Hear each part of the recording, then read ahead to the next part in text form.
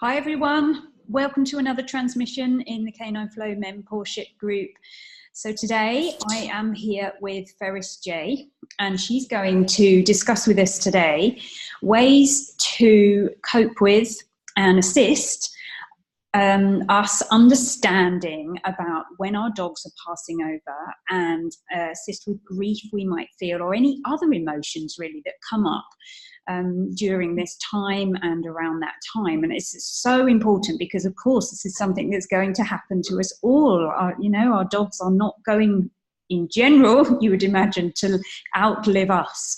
So this is something so important, and I'm really keen to find out how, on an emotional, energetic level, we can support ourselves and also support our dogs if we've got other dogs in the household, and of course dogs before the event, if you like, will occur. So let's head over and let's ask Ferris if she can maybe tell us a little bit about how you started to become involved in this work that you do, in the services that you offer. Thank you. Well, I did start off working with people. It was actually a person who I was doing reflexology for many years ago that first set the seed of working with pets when the pets are getting older. Because this woman would come, and she had a big German Shepherd dog, and she was recently separated and she lived on her own. And when she would come in to work with me, she would be so worried about the dog that he was doing okay, but she knew that, his hips could have trouble. And if he got to the stage where he couldn't support himself and he would have to be, say, helped in and out of a car, she wouldn't be able to do that. She was a really small lady. And I could see her worry and her anxiety over the time that I was working with her. And apologies for the light, we're having power cuts here today. And I just remember thinking that it kind of touched me that it was quite sad, that it was quite a waste of her energy in worry, where she could have been enjoying that time that she had left with him. And I think that planted the seed. I was working with animals at the time. I was doing mainly energy work. And it's where I started to see how important it was to work with the person consciously as well. And it was probably a good 10 years later that I started to put the two together. I learned a different technique called EFT tapping, which I find really, really good for people to manage their emotions really easily. And once I had that tool, I was able to work both with the person and the pet, and that kind of transformed the way I work. Because when we're working with animals, there's a lot, and I know you talk about this a lot in your work, that the animal is a mirror for what's happening with the person. The animal is picking up on the person's energy, and that's a huge part of what's going on. And when our animals are aging, when they're nearing end of life, it's a time where a lot of things come up as pet guardians. When we can see this companion that we've spent all this time with, we've had all this unconditional love for all that time. They've been our confidant, our friends, our companions. They're in our lives every day. And when we feel we're going to lose that, it's massively challenging. I don't equate it, when I work with pet loss grief, I don't equate it with human grief at all. I think it's completely unique. I think there is no other circumstance where we've spent that time with a being that is so unconditionally loving with us every day for all of the time we have them with us. And it's such a precious gift that when we feel it's going to be taken from us, it can bring up a lot emotionally and mentally for us as people, and we want to do our best for them, we want to help them. But I see so many people worrying, going into fear. They're thinking of the end, like that woman, months and months and months before, sometimes even years before. And that takes away from the time everybody has left. And that's why I got passionate, especially about doing the end of life and pet loss work, because it can be such a gift if we can be present for our pets right up to the end. We can be focused for them, still enjoying their company, so we can do our very best for them and then navigate the process afterwards, which is with as much grace as possible, really. So that's why I'm passionate about doing this. Yeah. Well, I think it's wonderful work, and very much needed.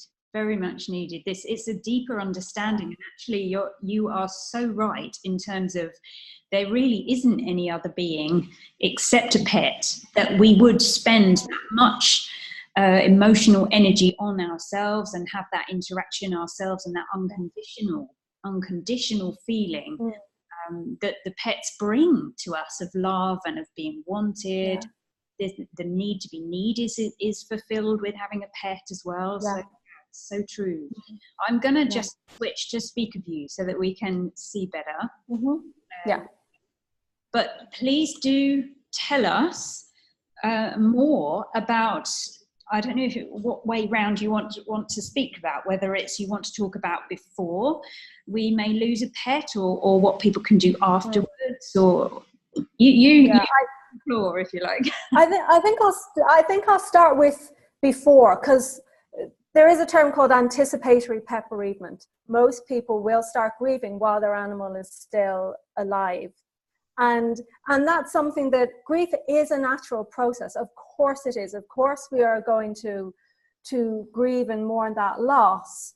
I think it's particularly touching and particularly tricky when that companion is still with us, and that's where we have to be very conscious in our awareness of what is happening. And it can be as simple as refocusing and just framing it as they are still here with me. You know, like when my Sally dog, my Collie Cross, she lived till 20. When she was really, really elderly, you know, I would sit there and I would just stroke her fur and I'd go, she is here today. She is here right now in front of me. And to refocus that she becomes the priority. And also at the same time, to look at my emotions, to look at what is happening. And that's what I encourage people to do.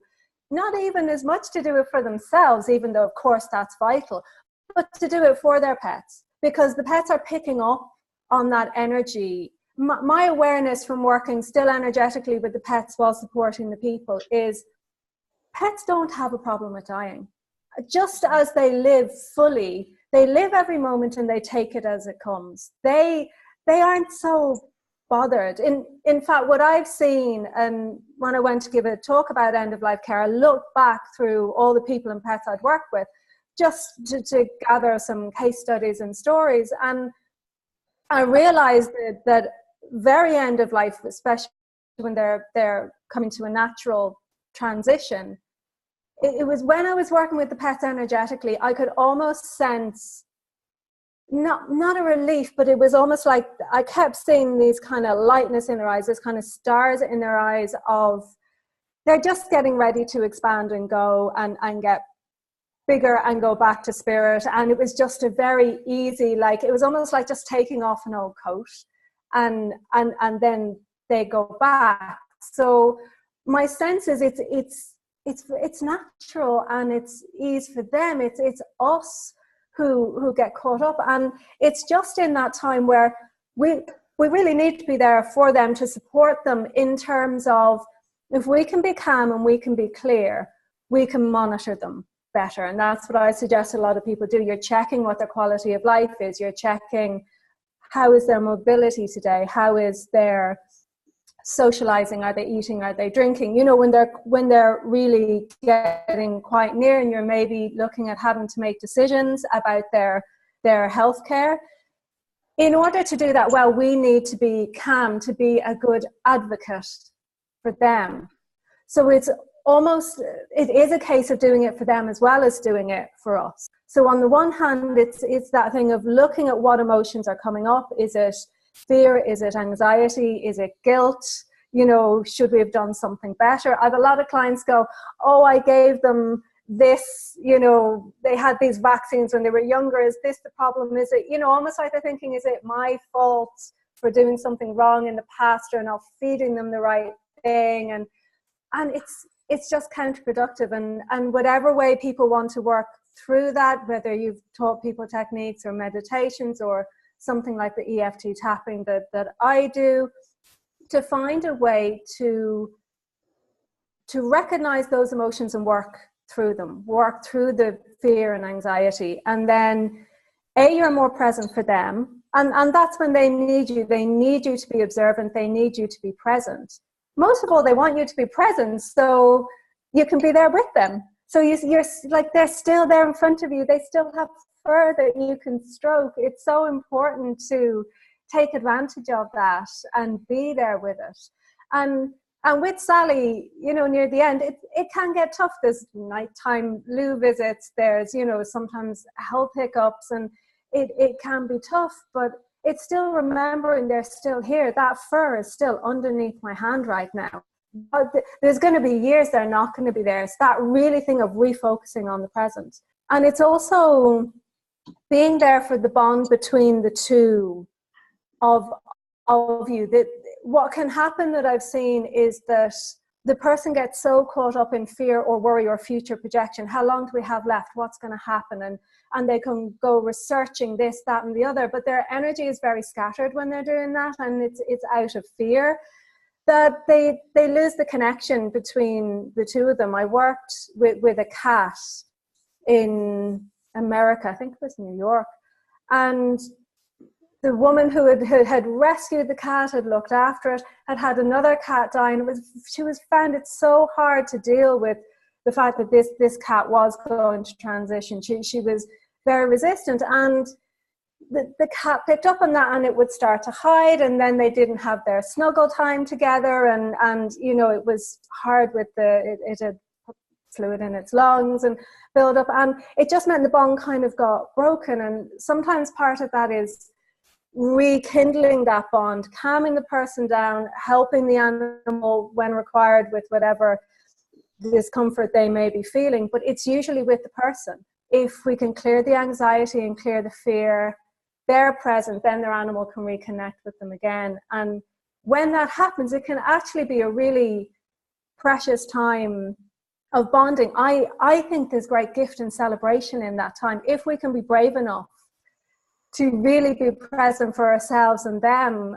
I recommend with people near the end of, especially if you think it's, you know, the last few days or week or something, to really sit with them and remember the times that you've had together, you know, remember those stories and write them down. And that can then help afterwards to have that memory, but not to wait till afterwards, to do it while they're still there, to do it while it's still a shared experience, that it can become celebratory of, look at all this wonderful time that we've had together, look at all these adventures that we have shared. And when we're brave enough to presence that and to really, in the here and now, really appreciate them in every moment, it becomes it brings the sweetness into that time. You know, it may still be bittersweet, of course, because they will be going, but it's kind of, it's ending strong. It's ending with that celebration.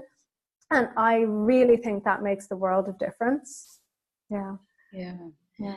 Yeah. Thank you. I mean, it is so important, I think, to remember and remind ourselves of the stories that our mind is telling us, because what you said, to open up that discussion about the dog isn't necessarily, or the pet isn't necessarily afraid of the process, and it's us that's afraid and that has emotions coming up. And you know, I always say they're not so much our teachers as our reminders.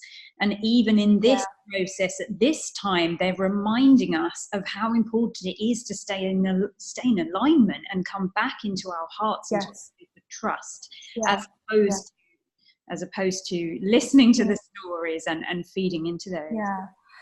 And I will say, it can be a challenge. What I've seen happen is sometimes near the end of the dog's life, or after, when people are grieving afterwards, there can be a case of, if you've gone through things in your life while that animal has been part of your life, some of that stuff can come up again. like it can be challenging with certain people, and maybe they've had challenges in the past, emotional challenges, or there are some issues that just haven't been resolved. They can come forward when the animal is near ending their life or after the animal has passed over. And I just want to say to people, if they have really struggled with losing a pet before or after, people can think they're a bit crazy because the emotions can be so extreme, because there was that unconditional love, and it does bring up triggers from the past as well, and that can add into the mix. So never be ashamed of what you're feeling, but please work with it. That's what I say with people, whatever techniques they use. Grief is natural, but suffering is optional. Absolutely. And I don't believe afterwards that they would want us to be suffering. Mm-hmm. You know, they want to be, yes, remembered. And I'll skip back a little bit actually on that one, because I meant to say it earlier. Whilst the animals are still with us and near end of life, it can be a really good idea to do things like writing down the stories. It can be a good idea. Some people like to take a paw print, or they like to take some fur. So they actually have reminders for afterwards. And with my Sally, I actually took a few snippets of fur. It would have been a couple of months before she transitioned. There was a time, you know, transition can be a so slow process. Like with her, I could see there'd be a little bit of the light of her eyes gone, and then a little bit more goes. It's kind of like a slow withdrawal. I think of birth and death as similar, as in, I've always had the sense when babies are in the womb, they're in and out. They're in and out. You know, they're coming in for the physical, but they're nipping in and out, and they're going between the two. I really saw that with her as she was transitioning out of her body for the months, that she'd be there and then she'd be a bit gone and she'd come back, and you know, that she was just making those little trips back and forth to prepare her for fully transitioning. And so I actually took snippets of her fur a few months before, when I felt she was really fully still her vibrant self. She was still jumping up and down for dinner, and she did that right up until about a week, until the end. But there was a point at which I could tell she was fading away a bit, that I thought, okay, this is really what I want to remember. You know, this is when I'm taking the pictures, and this is when I'm taking the fur. So it is worth it to plan. People don't want to plan because they don't want to think of it. But if you plan, you can plan for the celebration and the cherishing as well. So that's where it can be really good to do some of those practical physical things, like the fur, like a clay paw print or something like that. Even if, and you never know, of course, it's hard. You don't always know how long they will live, but it's, even when you can see they're just gently kind of getting less active or slowing down, it can be a good time to do those things, mm-hmm. rather than at the very, very end, because there's a lot more going on and you need a lot more of your energy to be present for their needs in the moment as it's getting closer. And the struggle at that time is what is best for them in this moment, rather than what we might want. That we have such an urge to prolong life. We have such an urge to keep them here, because there's that love. We don't want to lose it.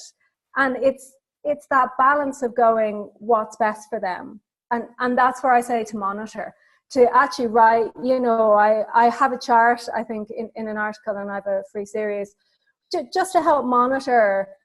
Are they drinking? Are they eating? Are they going to the toilet? Are they mobile? Because you build up the picture over a few weeks that you can see, is it steady? Is there a decline?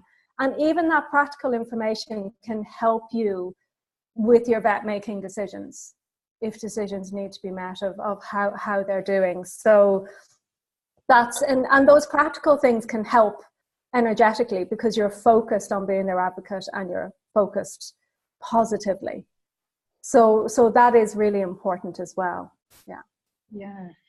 I mean, what you're saying, it reminds me actually two relatives that have, or one's not passed, but one but has mental health difficulties in older age, and the other one was my grandmother, who has now passed. But both of these people, I've been at a spiritual church and had people give readings. Now, one was my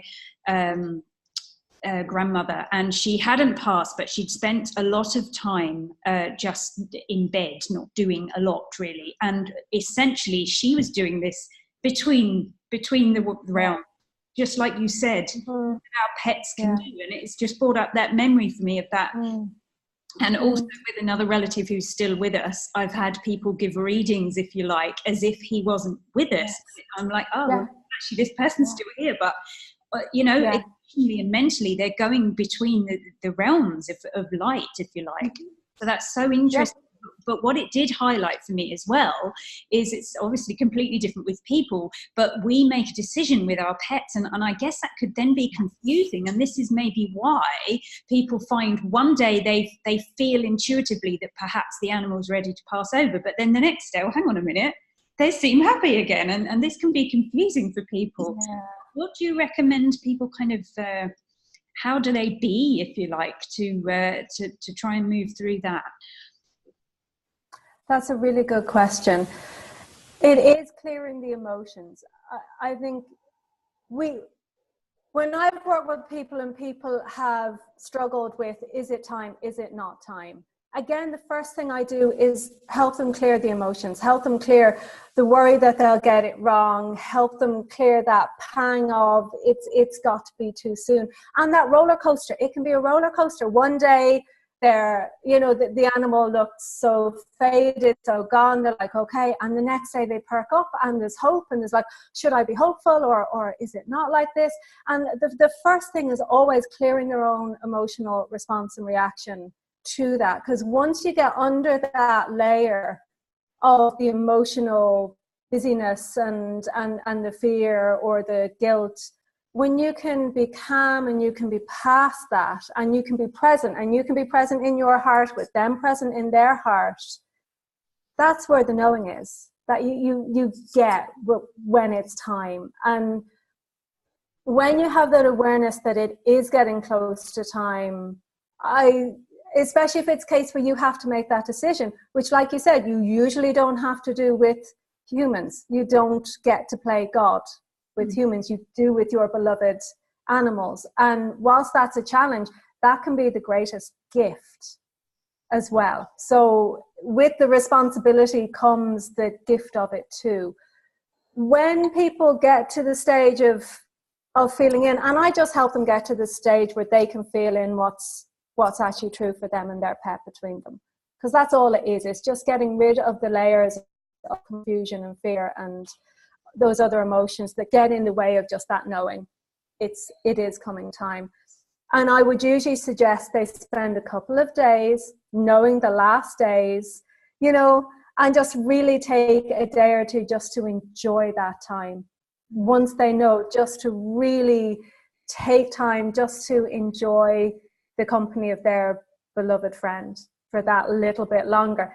It's a challenge. It's bittersweet because we know what's happening. And also, I'm always the one for what I call group meetings. I'm always one for connecting in with our animal, even if it's simply heart to heart, and just talking to them and just telling them what's going on for us. Because when we're sending mixed messages, they're getting what we're saying and they're getting what our energy is saying. And they have to go between the two going, okay, I know you're saying this, but I'm feeling this. And it gives them more work to do. And when I was with one of my cats, Elvie, when he had like a day left, and I just sat there with him and I just said, okay, yes, I am really sad, and I'm also here, and I'm also going to enjoy the time we have together. Because you're not going to have no emotions. It's getting rid of that excessive emotion, and emotion will still come up. So I'm just honest with them. And sometimes I say, I'm just going to have to go out and work on myself for a few minutes, and then I'm going to come back and properly be with you. you know, and then I'll come back and spend the time with him. And with him, you know, his last morning, it was sunny, so I just brought him out to the sunshine and we sat outside, you know, in the sun, that he could enjoy the sun on his fur for those few hours. And a couple of times I had to go back in and I had to process through and then come back out and be present when I could. So it's always a dance. It's always a dance with the emotions. But I say, just tell them. That's what I do the whole time. Even, you know, if I'm not sure about treatment or this or that, or if I have an emotion and it's taking a while to process, I just say it to them, say, look, I am just feeling like this at the moment. I'm working on it. Hang in there with me. You know, I'll be back on track in a bit. And that lets you off the hook. And then they know what's going on. Because, you know, it's just that they can feel there's the words and the energy. But at least if we communicate with them, yeah, that's going on, you're right, they can relax to a degree and let us get on with processing our stuff so we can be present for them. Mm-hmm. Yeah. Yes, Yeah. well, I think that's important to understand, that it's not so much that we're giving them permission to go, or permission, but it's this honesty that you're having, the congruency between what you're feeling and what you're telling them. So that honesty is actually more important in a sense than anything. Okay, so in terms of after a pet has passed over, what sort of things do you normally say or recommend that people should or shouldn't do, if there is a shouldn't? Yes, I will get to that. I'll just add one more bit about the passing over as well. Is some people struggle with letting the animal go, and there are some circumstances where if their physical body is that far gone that they're not able to go to the toilet by themselves, and you're having to do so much intervention to keep their body alive, that it's okay if you're not able to keep doing that, because usually they're mostly gone by that stage anyway. And even by just sitting with them, you know, if that is the case, I've seen people torture themselves to try and keep them here and keep them here and keep them here. And it makes the end time less special. Yes. So if that is the case, that you just can't keep doing that, it's actually okay to tell them and just say, you know, your body's really going and it's very hard to keep you here, and we think it's time to go. That's okay. I've seen some people that will not do that, and they've put themselves through so much pain. I don't actually think it puts the animal through that much more, because I think they're pretty much gone anyway, but it leaves a legacy for the person, which is where we kind of go to afterwards. When beforehand, everything is about staying present, so you're there for them and you're there for you. Once the animal has transitioned, my sense is the focus changes to self-care. You've been there for them, you have done that for them, you have given them their happy ending, as I like to call it, you know, that you've given them a good send-off. It's then time to nurture your own energy. It's time for, I call it, extreme self-care. It's time for getting your support system around you, getting people who understand, because so many people do not understand pet loss grief. They can ridicule it, they can misunderstand it, and that makes it even harder. So the number one tip is get good people around you, whether that's friends, other families who have deep, you know, friends with deep connections with their animals. You want people who understand. You kind of, it's nice to have that buffer around you of people who get it. Even if you need outside help to come to somebody for sessions to help manage it, whatever you need, have good people around you, because it can be challenging. I've worked for people with that where it's very hard for them to go back to work because their heart is broken. It is similar as if they have lost a relative, but nobody knows or cares. It like, oh, the phone is, it's just a dog. Worst words in the world, just a dog. You know, they do not understand that their heart is broken in the same way that they could have lost their partner or somebody incredibly close to them. And that's hard when you're vulnerable, having to go out into the world where it's not understood. So that's the first thing. And then I'm a bit like a broken record. It is working with our emotions and just working through them gently. Like I said before, grief is natural, but suffering is optional. And sometimes I see people who think more suffering means you love them more, which I don't agree with. There's a feeling that they have to keep the pain to keep the connection. And that's where I disagree. My feeling is what I want for people, and when they come to work with me, the journey is that the love becomes greater than the sorrow of the loss. Because the love is always there. The love does not go away. But when we're in the sorrow, we're actually more disconnected from the love and connection with them. Even though people think, oh, I'm feeling it, I'm feeling something, there's still a connection there. When we can let go of the depths of that sorrow and just be with it in a gentler way, we allow for the love to be there too. And the love connection is really what, once the journey of grief is done, you're coming back to the loving memories. Again, which is why I say near the end to talk about the times and the stories, because that's what you're remembering. So afterwards, to be tuned with their energy as you love them and those memories.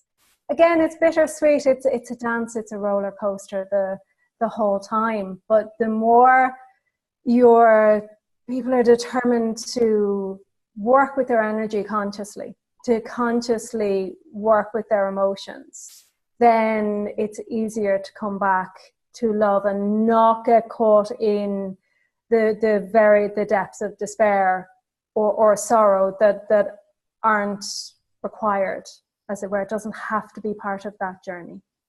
Yeah.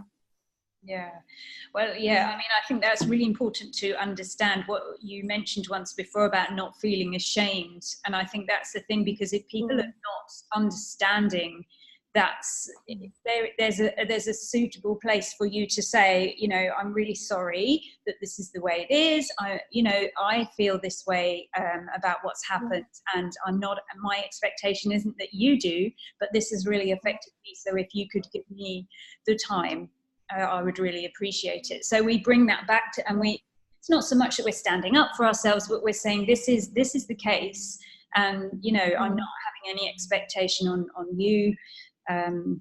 Just to let me feel what I feel, kind of thing, rather than going into kind of, oh, you know, poor me, no one else understands, no one else cares. It's about being more assertive and saying, actually, this matters to me. This does matter to me. I mean, to be honest, actually, I have some friends who kind of don't even think that dog ownership, while I've got my dog, is as important as other things. So I'm quite used to kind of just like, no, you know, she means the world to me, and that's just the way it is. So yeah. Absolutely. Yeah. And I have heard some people, even in work, just say that there's been a loss in the family. I'm going to take a couple of days off, and not say more than that, because that's what it is. It is a loss in the family, and the whole family, no matter what your living situation, if it's just you and them, that whole family unit needs time to process, as I think we might get onto, including the other animals in the family, because they do grieve as well. Let me just read out the questions that we had, because I have an idea all of them were essentially about another pet, but I'm just going to read out. Okay, yeah. So, when aside from responding to our own grief, do the other dogs who are still with us grieve for their departed companion? And is there a way that we can make a difference? Of course, because some of them will have been playmates, so they will have been spending quite a lot of time with this other animal, this other pet. So, and actually one lady's saying that as part of her recovery, she's training in pet bereavement counselling. So wow, she's going to be able to make a difference. Her dog's legacy, if you like, will continue in that wonderful way. And Yeah.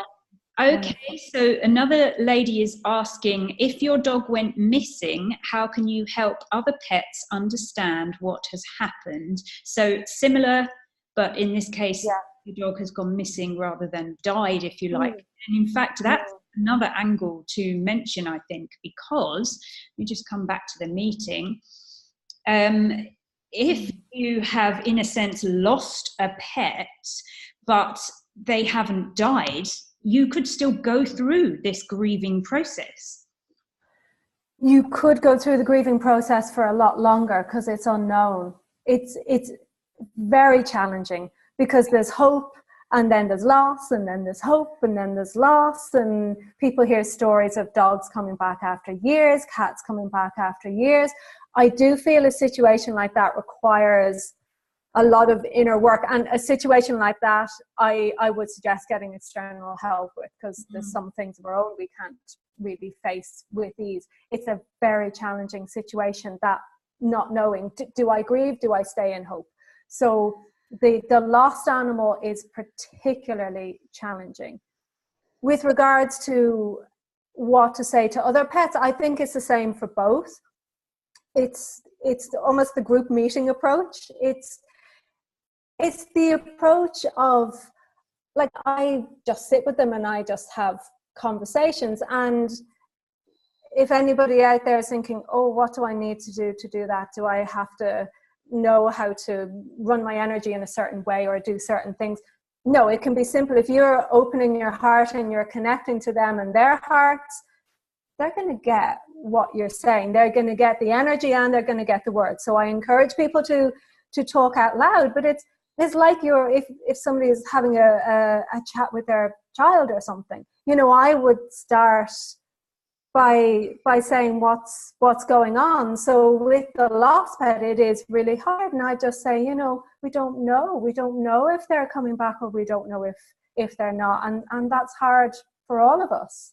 So it's again that thing of showing them where you are, and then being there with them and giving them permission to be where they are as well with it.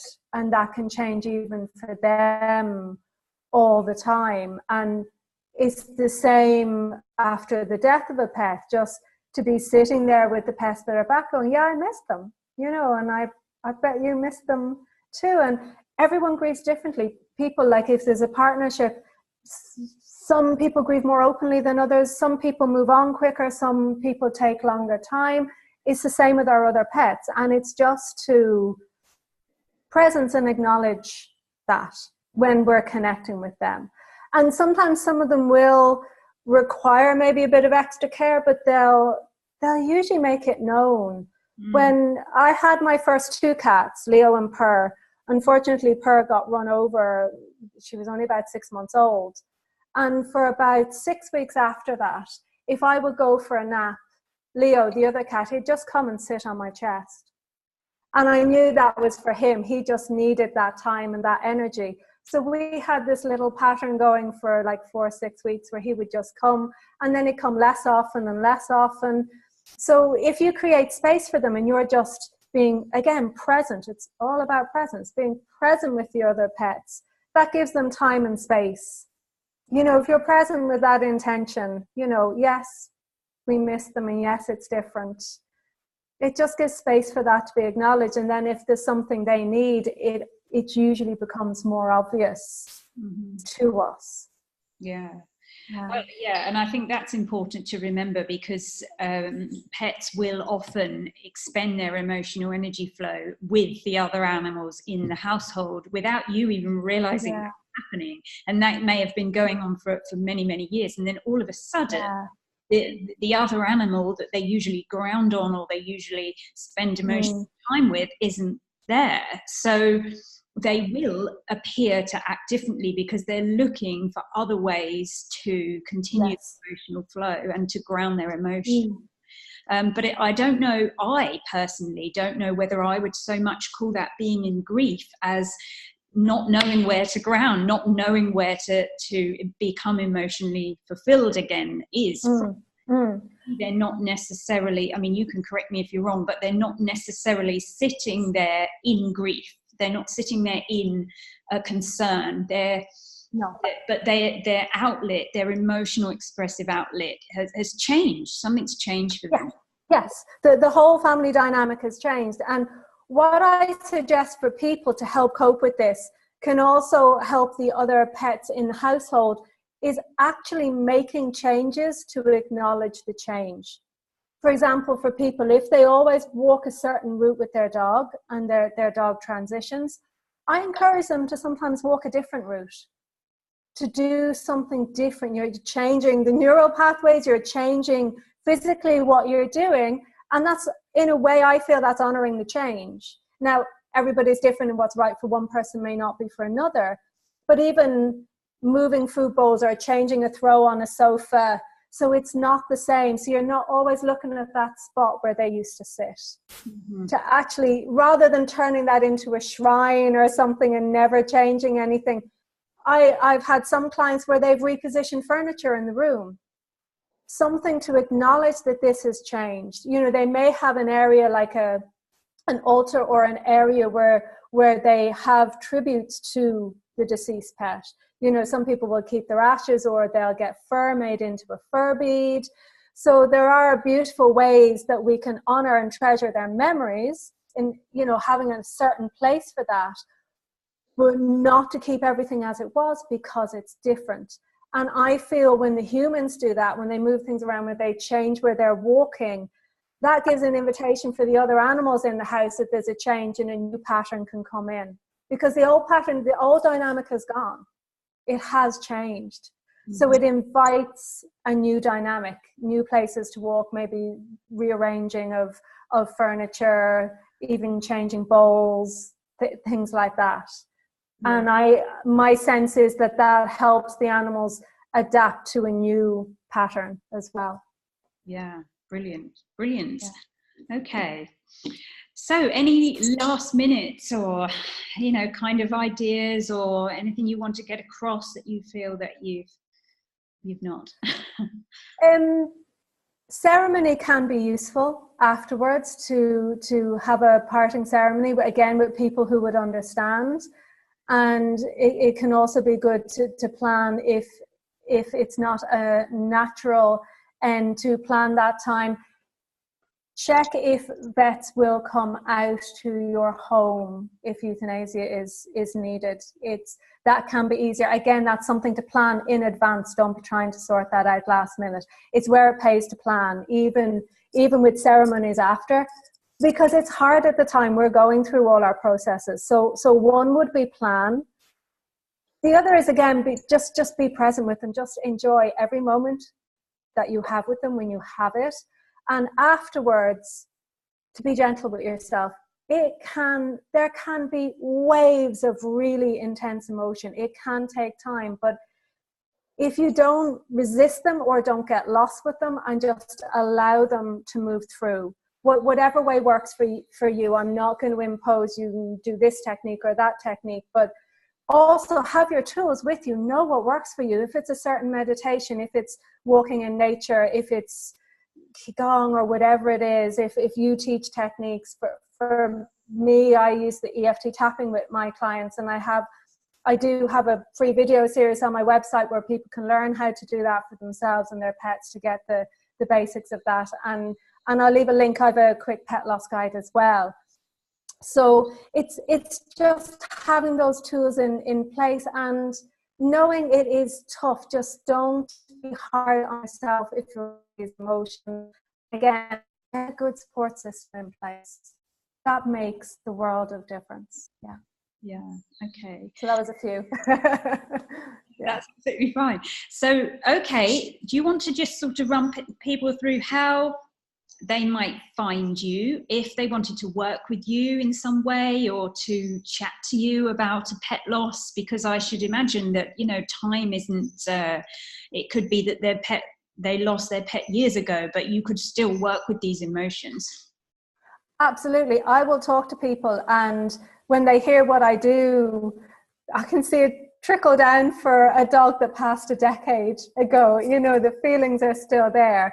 But if people want to find out more about my work, my website is www.ferrisjay.com. So it's just my name.com. I do have free resources. I have a guide showing how to help pets to heal with EFT tapping, which also includes using it for the person themselves. It's always a vital part of it. Help to show them how to stay present, stay calm.